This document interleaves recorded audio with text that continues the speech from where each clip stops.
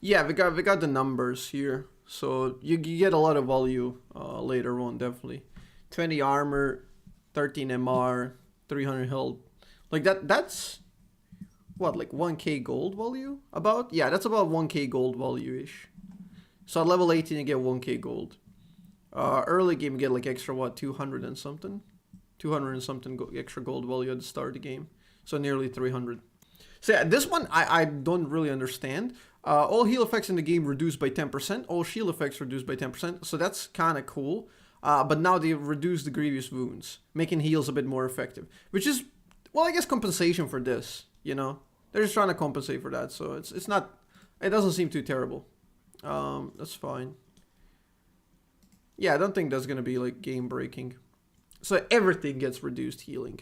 A lot of the numbers go down, which is make...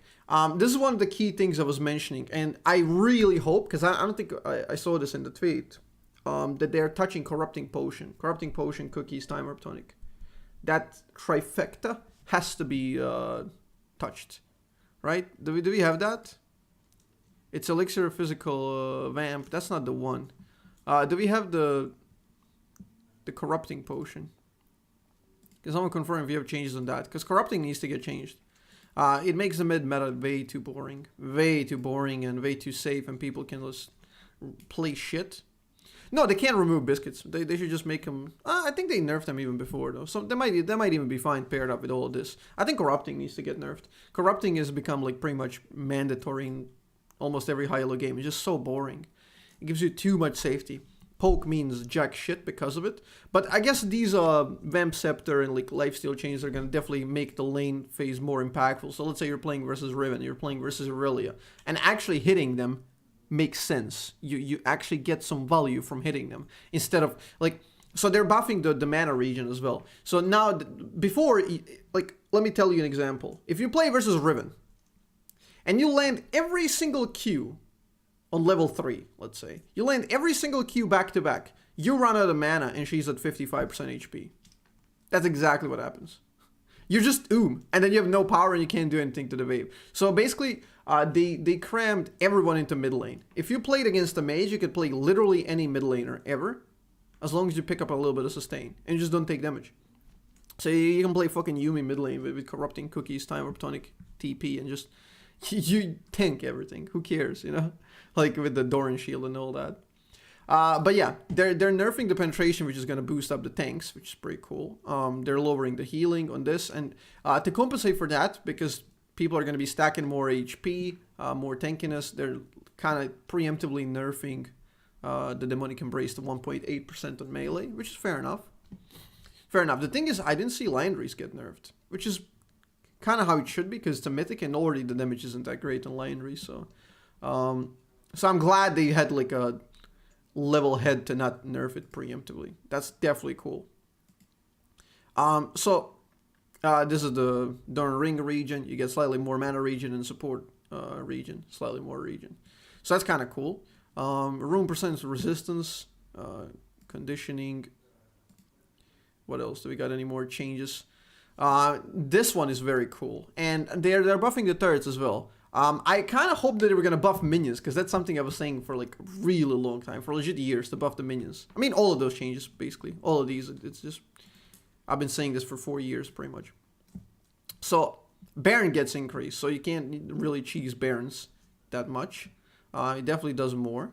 Like everything across the board. Turrets do more damage. Nerfing the random dives and like Kane killing you and then just leaving through a wall, you know? Like even though he has 500 HP, he just one-shots you, ults you, gets out. And turret hits him like once. So this is definitely going to help those edge cases where they survive at like bullshit levels of HP. So this is really, really cool. You definitely want turrets to have more power and even minions to have more power, because that way you... That's the best way to focus teammates or like teams to focus on macro, right? You definitely want to put more emphasis on macro, and the way to do that is to make the game itself stronger. Because for years, I don't know if you guys know, but for years Riot has been doing bottom to top balancing. So they take a random champion who's very useless, and they make him like top tier. So they just keep doing that for a while. They almost never nerf top to bottom, but they always buff bottom to top. So the average champion strength increases over the time, which means that the Now the jungle has no power. The objectives have no power. So you imagine Yone who gets boots with a little bit of sustain on like runes and shit. He can tear through the entire jungle. And you can have Yone split push or whatever. And he's going to have 220 CS at 18 minutes because he can just continuously just take enemy jungle, his own jungle, and do the top lane. And he just uses no resources or anything. So he doesn't really get punished. And the game, like, average champion just got too strong for that sake. Like, people would ignore turrets, they would dive, they would ignore minions. You can't freeze on an Irelia. Or you can't hard shove into an Irelia, let's say. Because if you shove into an Irelia, if you have 30 minions, it doesn't fucking matter.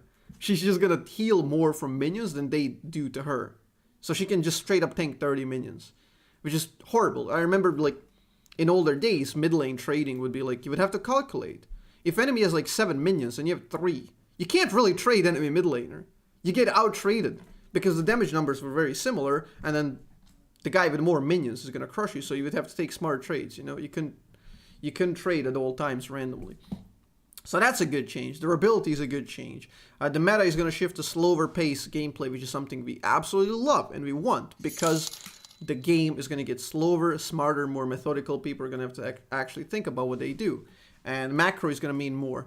That being said, the key test for Riot Games, and I'm really curious how they're going to deal with this. And there's a huge chance they fail. And just remember this. Remember what I'm going to say here.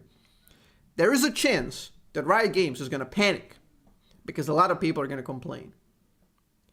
Because this is the anti-fun patch that they're doing. And the entire time since Season 8, last 4 years, they've been doing only fun. Hedonistic patches. Right? So they were just doing it to appease the lowest common denominator. They wanted it to be Fortnite of MOBAs. And they wanted everyone to have fun, even if they suck. So this is the one that pulls up the skill curve. And it gets a bit frustrating. So imagine all the bullshit abusing character players who got incredibly inflated.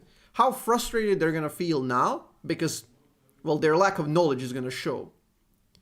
They're going to have lack of knowledge show very, very obviously because they have no macro and they're going to throw a lot of games. They're going to lose a lot of games. So they're going to deflate finally. So a lot of inflated characters are going to be losing and it's going to be very frustrating for them. So we'll see a lot of complaint after this patch. Whether the patch is good or not, like, we're going to see a lot of complaint. Even if it's really, really good for the game health and the game quality and everything, you're going to see a fuck ton of people complain. And if Riot doesn't cave to their instant demands, like, oh, why is my Kiana not one-shot and now I'm suddenly losing, like, yo, what the fuck, man? I engaged, even though I roamed as Katarina, where an enemy mid laner shoved 2 waves under my turret and he's getting plates for free and I'm a degenerate. But I roamed bot lane and I couldn't get 2 kills quickly enough so I can go back and be like 2 items ahead even though I'm playing like shit, right? So all of these, like, these random rotations get nerfed because the fights are going to last longer because the people are more healthier and tankier. Less chance of getting a kill off a flip roam, okay? People are, like, you're going to have to make very, very good choices. You're going to have to make very good choices based on, like, when to roam, like, where to roam, and, like, where to force fights. Because fights are going to be more costly. They require more investment. Unless you're really, really fed. So this is a great change, in my opinion. And I really can't wait to see how this goes. But yeah, one caveat is they really have to stick with it. They have to change it, and they have to be confident that it's a good change. And I think it is. And, like, majority of the league scene, like, as you can see, like, people mentioning on Twitter, they'll almost all agree. Because theoretically it makes sense. Like, this is a great video game design choice. It will be a bit anti-fun to inflated players who don't play with brain. But yeah, we need that to go back to the old good league days. So yeah, those are the changes. What do you guys think about them? I think they're fucking awesome, man.